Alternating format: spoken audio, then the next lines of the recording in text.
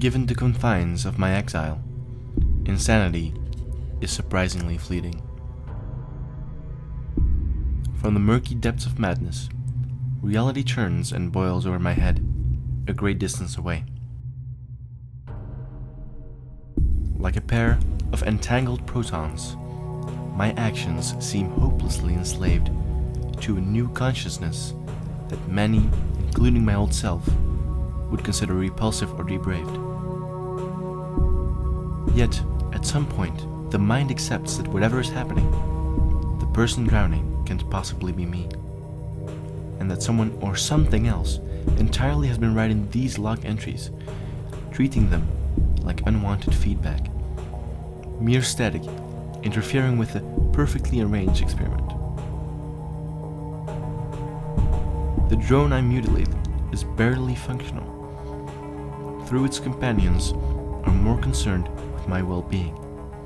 In fact, they were indifferent as I ripped into its creature's innards with primordial barbarity. Instead of defending their brother, they took action to protect me from myself when it became clear that physical pain was no obstacle to my rage.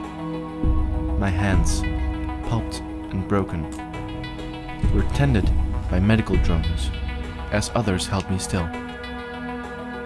But my fascination eventually ran its course. The deep, jagged laceration gouged into the drone's faceplate inspires a strong desire to do the same to myself. If only these infernal machines will allow me. For a short while, I was feeling productive, satisfied that it was better to create a disfigured monster than to not create anything at all. At least such was the logic that justified reaching for what wrench in the first place. The destitute thing now drags itself through the ship, searching in vain for parts that can only be had from fellow drones who are unwilling to donate them.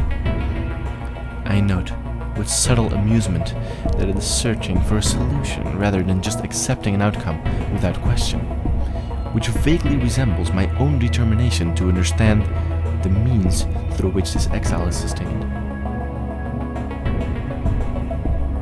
Science has always provided answers for me, not the pathetic fate that my deceased colleague, Alice Gord, would have insisted upon. Her Majesty Jamil would agree, if only she could do so without killing me first.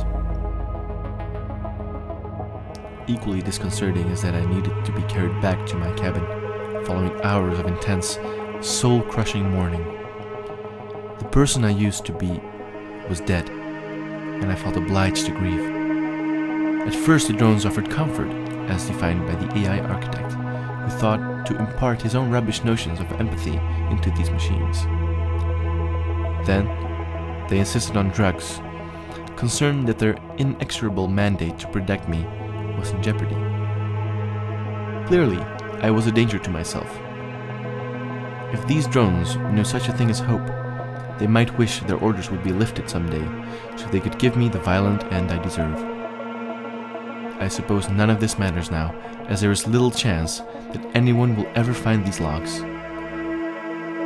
That I still adhere to the imperial regulatory protocol of maintaining them, even when they are largely the same from day to day, speaks volumes about my decaying state of mind. So here it is. The significance is holding position dangerously close to Evegate, whose quantum turbulence remains markedly elevated. Tachyon emissions from this massive defect remain steady.